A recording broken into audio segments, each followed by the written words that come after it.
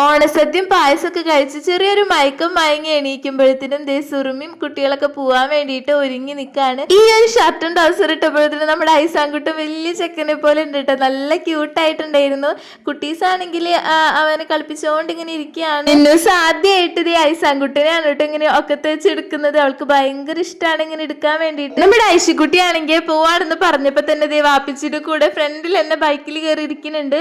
ഐസാൻകുട്ടനാണെങ്കിൽ തൊപ്പിടിക്കാൻ കുറേ നോക്കുന്നുണ്ട് സുറുമി. പക്ഷെ അവൻ അങ്ങനെ തട്ടി മാറ്റുന്നുണ്ടായിരുന്നു കേട്ടോ. അങ്ങനെ ദേ ടാറ്റ ബൈ ബൈ പറഞ്ഞ് അവര് പോണത് കണ്ടപ്പോ മനസ്സിന് ഭയങ്കര വിങ്ങലായിരുന്നു കേട്ടോ. ആ വിഷമം തീർക്കാൻ വേണ്ടിയിട്ട് പായസം കുടിക്കാന്ന് വിചാരിച്ചു. പാലടയും അടപ്രഥമനും നമ്മൾ വാങ്ങിച്ചിട്ടുണ്ടായിരുന്നു. പിന്നെ ദാ സേമിയും സൂചി ഗോതമ്പും അപ്പുറത്ത് വീട്ടിൽ നിന്ന് കൊണ്ടുവന്നിട്ടുണ്ടായിരുന്നു. അപ്പൊ എല്ലാതും കൂടി മിക്സ് ചെയ്ത് കുടിച്ച് എങ്ങനെ ഉണ്ടാവും അറിയാൻ വേണ്ടിയിട്ട് ഞാൻ കുടിച്ചതാണ്. അടിപൊളി ടേസ്റ്റ് ആയിരുന്നു. ഇതൊക്കെ കണ്ടുകൊണ്ട് നമ്മുടെ പിപ്പിക്കുട്ടി ഭയങ്കര കരച്ചിലായിരുന്നു. അപ്പൊ എന്താ സംഭവം എന്ന് വെച്ചിട്ടുണ്ടെങ്കിൽ അവൾക്ക് പായസം ഇഷ്ടമല്ല. അപ്പൊ ഉമ്മച്ചി എനിക്ക് പഴം വാട്ടിത്തായോ എന്ന് പറഞ്ഞിട്ടാണ് കരഞ്ഞിട്ടുണ്ടായിരുന്നത്. അങ്ങനെ ദേ പഴം വാട്ടിക്കൊണ്ടിരിക്കുക.